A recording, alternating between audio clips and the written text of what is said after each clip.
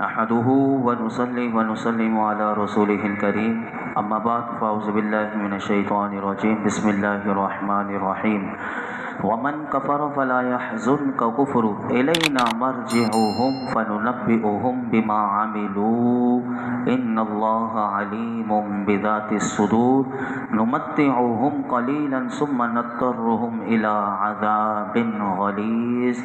اور جو کفر کرے تو اس کا کفر آپ کو غمگین نہ کرے، انہیں ہماری ہی طرف پھرنا ہے تو ہم انہیں بتا دیں گے جو انہوں نے کیا ہوگا۔ بے شک اللہ دلوں کی بات جانتا ہے، ہم انہیں کچھ فائدہ اٹھانے دیں گے پھر انہیں سخت عذاب کی طرف مجبور کریں گے۔ سورہ لقمان کی آیت نمبر 23 اور 24 میں اللہ رب العالمین نے ارشاد فرمایا کہ محبوب آپ تسلی رکھیں اور کفر کرنے والے کے کفر پر غم زدہ نہ ہو، کیونکہ ان کا کفر کرنا انہی لوگوں کو دنیا اور آخرت میں نقصان دہ ان کے لیے ہے، آپ کے لیے کوئی نقصان دہ نہیں۔ ان لوگوں نے مرنا تو ہے اور فرمایا مرنے کے بعد انہیں ہماری طرف ہی لوٹ کر آنا ہے اور ہم انہیں ان کے اعمال کی سزا دیں گے۔ اور بے شک اللہ تبارک و تعالی جس طرح ان کے ظاہری اعمال کو جانتا ہے اسی طرح اللہ ان کے دلوں کی بات کو بھی جانتا ہے، تو وہ انہیں اس کی بھی انہیں سزا دے گا کہ جو ان کے دلوں میں پوشیدہ ہے۔ اور فرمایا کہ ہم ان کافروں کو تھوڑی مہلت دیں گے، کیونکہ یہ دنیا مختصر سی دنیا ہے۔ فرمایا دنیا میں کافروں کو تھوڑی مہلت دیں گے تاکہ وہ اپنی موت تک دنیا کی نعمتوں کے مزے اٹھا لے، پھر انہیں آخرت میں سخت عذاب کی طرف جانے پر مجبور کر دیں گے، اور وہ جہنم کا عذاب ہے کہ جس سے یہ لوگ کبھی رہائی نہ پا سکیں گے۔ غور کیجئے تو یہ اسلام اور ایمان کتنی بڑی دولت ہے کہ جو اللہ رب العالمین نے ہمیں عطا کی ہے، تو اس نعمت کی ہمیں کتنا شکر بار بار ادا کرنا چاہیے، اور اللہ کی بارگاہ میں یہی دعا کرنی چاہیے کہ اللہ ہمارے دین و ایمان کی حفاظت فرمائے، اور موت کے وقت خاص طور پر ہمارا ایمان پر اللہ خاتمہ فرمائے، کیونکہ جیسے کہ آپ دیکھ رہے ہیں کہ بار بار قرآن کی آیتیں آتی ہیں کہ جس میں یہ دنیا میں مہلت اللہ نے دی ہوئی ہے، لیکن اگر کفر پر مرے گا تو ہمیشہ کا عذاب ہے، پھر کوئی رہائی کی صورت ممکن نہیں۔ پھر اللہ رب العالمین آگے کیا فرماتا ہے؟ فرمایا وَلَئِن سَأَلْتَهُم مَّنْ خَلَقَ السَّمَاوَاتِ وَالْأَرْضَ لَيَقُولُنَّ اللَّهُ قُلِ الْحَمْدُ لِلَّهِ بل اکثرهم لا يعلمون۔ اور اگر تم ان سے پوچھو کہ آسمان و زمین کس نے بنائے تو ضرور کہیں گے اللہ نے، تم فرماؤ تمام تعریفیں اللہ کے لیے ہیں بلکہ ان میں اکثر جانتے نہیں۔ اس آیت میں اللہ رب العالمین نے فرمایا کافر اگرچہ کفر اور شرک کی وادیوں میں گھوم رہے ہیں، لیکن آپ محبوب ان سے سوال کریں اور ان سے پوچھیں، ان منکروں سے پوچھیں جو میری توحید کو نہیں مانتے۔ ان منکرین توحید سے اگر آپ سوال کریں گے کہ بتاؤ زمین و آسمان کس نے بنائے، تو ضرور ان کا جواب یہ ہوگا کہ اللہ نے بنائے۔ تو یہ ان کا اقرار جو کرنا کہ اللہ نے بنائے، تو فرمایا اس سے یہ لازم آتا ہے کہ جس نے آسمان اور زمین پیدا کیے وہی اللہ واحد ہے، اس کا کوئی شریک نہیں، تو واجب ہوا کہ اس کی حمد کی جائے اور اس کا شکر ادا کیا جائے، اس کے سوا کسی کی اور کی عبادت نہ کی جائے۔ فرمایا جبکہ ان جاہلوں کا، بے وقوفوں کا حال یہ ہے کہ خالق پیدا کرنے والا اللہ کو مانتے ہیں، لیکن عقیدہ یہ بھی رکھتے ہیں کہ معاذ اللہ شرک کرنا یہ اللہ کے قریب کر دیتا ہے، یعنی یہ بتوں کے پجاری یہ سمجھتے ہیں کہ یہ جو ہم شرک کر رہے ہیں یہ اللہ کے قریب ہمیں کر دے گا۔ یہ کتنے بڑے بے وقوف اور جاہل ہیں۔ پھر اللہ تعالیٰ آگے فرماتا ہے للہ ما فی السماوات والارض ان اللہ هو الغنی الحمید، اللہ ہی کا ہے جو کچھ آسمانوں میں اور زمین میں ہے، بے شک اللہ بے نیاز تعریف کے لائق ہے۔ ارشاد فرمایا اس آیت کریمہ میں کہ جو کچھ آسمانوں میں اور زمین میں ہے سب اللہ کی مملوک ہیں، یعنی اس کے بندے ہیں، اور جب اللہ کی یہ شان ہے تو زمین و آسمان میں کوئی اس کے سوا عبادت کے لائق نہیں۔ زمین اور آسمان کی پیدائش سے پہلے بھی اور بعد بھی اللہ تعالیٰ اپنی ذات میں بے نیاز ہے، اس کے ساتھ کوئی دوسرا بے نیاز نہیں، وہی بے نیاز ذات ہے، وہی صمد ہے۔ فرمایا کہ ساری کائنات جو ہے وہ اس رب العالمین کی محتاج ہے۔ اور یہ بھی یاد رکھنا، اس آیت میں یہ بھی پیغام دے دیا کہ اللہ تعالیٰ اپنی ذات اور صفات میں تعریف کے لائق ہے، اگرچہ کوئی بھی اس کی حمد نہ کرے پھر بھی وہ تعریف کے لائق ہے۔ یہ یہاں سے یہ بات بھی ہمیں پتہ چلی۔ آگے ارشاد فرمایا وَلَوْ أَنَّ مَا فِي الْأَرْضِ مِنْ شَجَرَةٍ أَقْلَامٌ وَالْبَحْرُ يَمُدُّهُ مِنْ بَعْدِهِ سَبْعَةُ أَبْحُرٍ مَا نَفِدَتْ كَلِمَاتُ اللَّهِ إِنَّ اللَّهَ عَزِيزٌ حَكِيمٌ، اور زمین میں جتنے درخت ہیں اگر وہ سب قلمیں بن جاتے اور سمندر ان کی سیاہی، پھر اس کے بعد اس پہلی سیاہی کو مزید 7 سمندر مزید بڑھا دیتے تو بھی اللہ کی باتیں ختم نہ ہوتی۔ بے شک اللہ عزت والا حکمت والا ہے۔ اس آیت میں اللہ تعالیٰ نے ایک مثال دے کر سمجھایا۔ دیکھیے کہ منکرین توحید کو کتنی زبردست مثال دی، اور ہمارے لیے بھی ہے۔ فرمایا کہ اللہ تعالیٰ اپنی عظمت کی ایک مثال دے کر سمجھاتا ہے۔ فرمایا کہ دیکھو تم اپنے رب کی عظمت کو سمجھو کہ اگر یہ جو زمین ہے، فرمایا ساری زمین میں موجود جتنے درخت ہیں ان سب درخت کی قلم بنا دی جائے، اور فرمایا کہ جو خربوں سے بھی خربوں گنا زیادہ ہوں گی، کیونکہ کتنے درخت ہیں پوری زمین پر اللہ کی پوری کائنات میں۔ فرمایا کہ ساری زمین درخت کی قلمیں بنا دی جائیں، وہ خربہ خرب کی تعداد میں بن جائیں گے۔ اور فرمایا لکھنے کے لیے سمندر کی سیاہی تمہیں چاہیے ہوگی، تو سیاہی جو ہے وہ 7 سمندروں کی سیاہی تمہیں دے دی جائے۔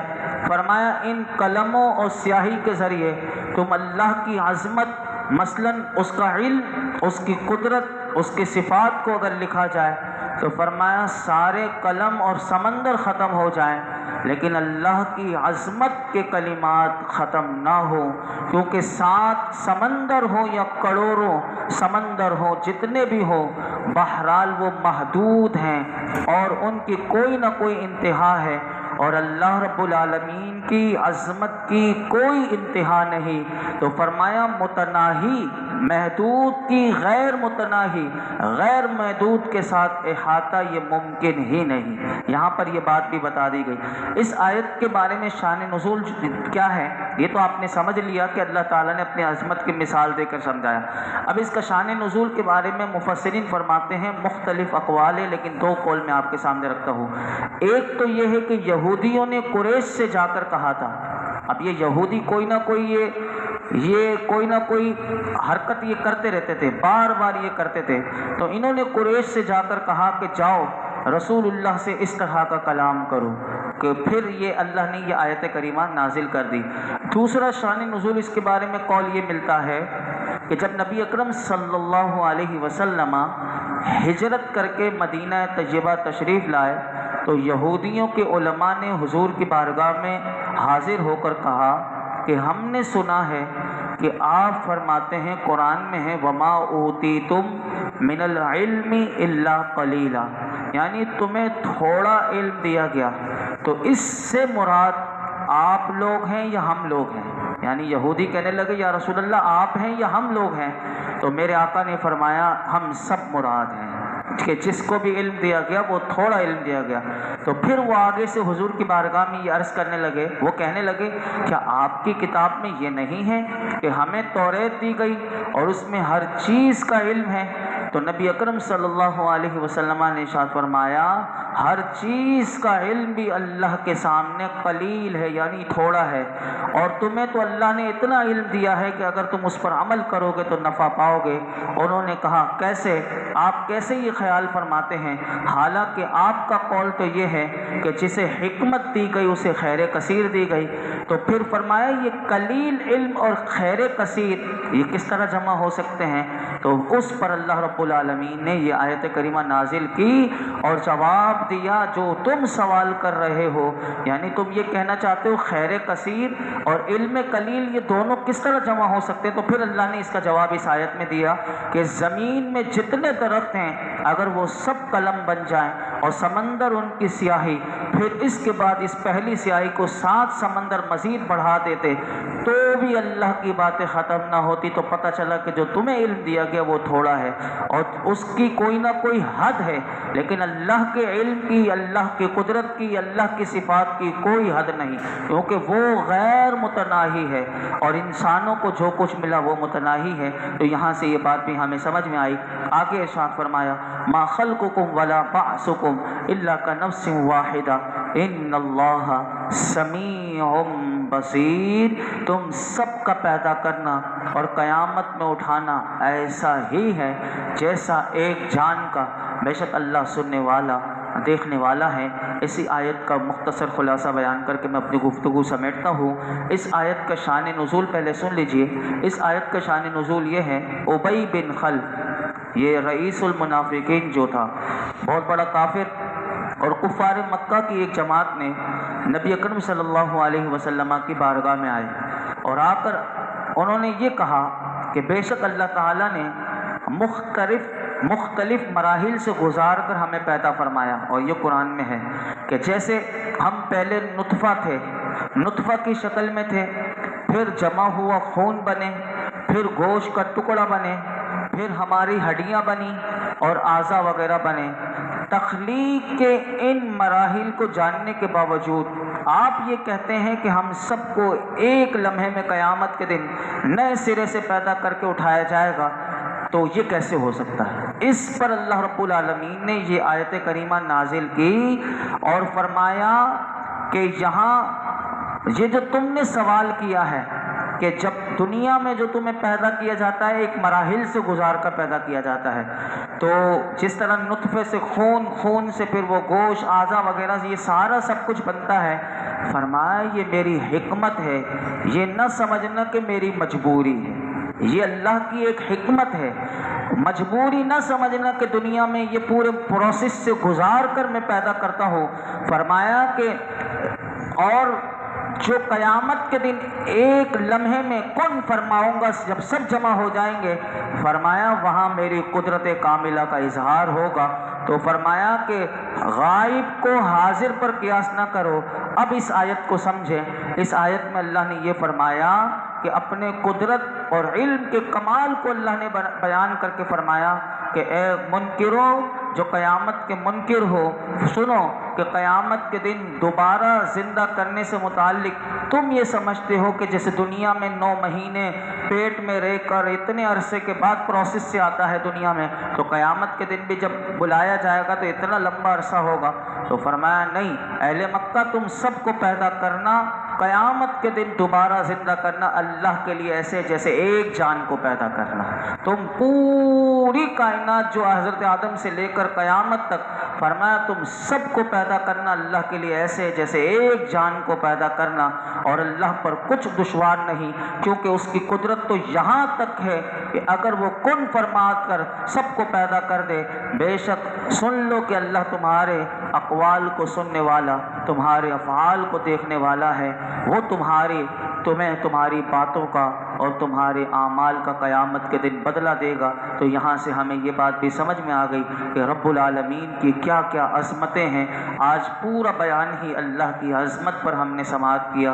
اللہ رب العالمین ہم سب کو اپنی معرفت عطا فرمائے اور اپنی محبت عطا فرمائے، اور اپنی ذات پر ہمیں اللہ کامل یقین اور بھروسہ اور توکل والی زندگی عطا فرمائے۔ ہر قسم کی بے سکونی، بے یقینی سے اللہ ہمیں محفوظ فرمائے۔ الحمدللہ رب العالمین والصلاۃ والسلام علی سید الانبیاء والمرسلین وعلی آلہ واصحابہ اجمعین۔ یا اللہ پاک جو کچھ سنا اس میں کوئی غلطی کوتاہی ہو معاف فرما، اپنی بارگاہ میں قبول فرما۔ اے اللہ اپنی محبت عطا کر دے، اے اللہ اپنی محبت میں کامل کر دے، اے اللہ اپنے محبوب کا عشق عطا کر دے، محبوب کا سچا غلام بنا دے، حضور کی اتباع اور اطاعت کی توفیق عطا کر دے، حضور کی سنتوں کا عامل بنا دے، ہر برائی ہر گناہ سے بچنے والا بنا دے، ہمارے تمام گناہوں کو معاف کر دے۔ استغفر اللہ استغفر اللہ استغفر اللہ۔ آج تک جتنی دعائیں کی ہیں آئندہ کریں گے، اللہ سب دعاؤں کو قبول فرما۔ صلی اللہ تعالی علی خیر خلق محمد وعلی آلہ وصحبہ اجمعین۔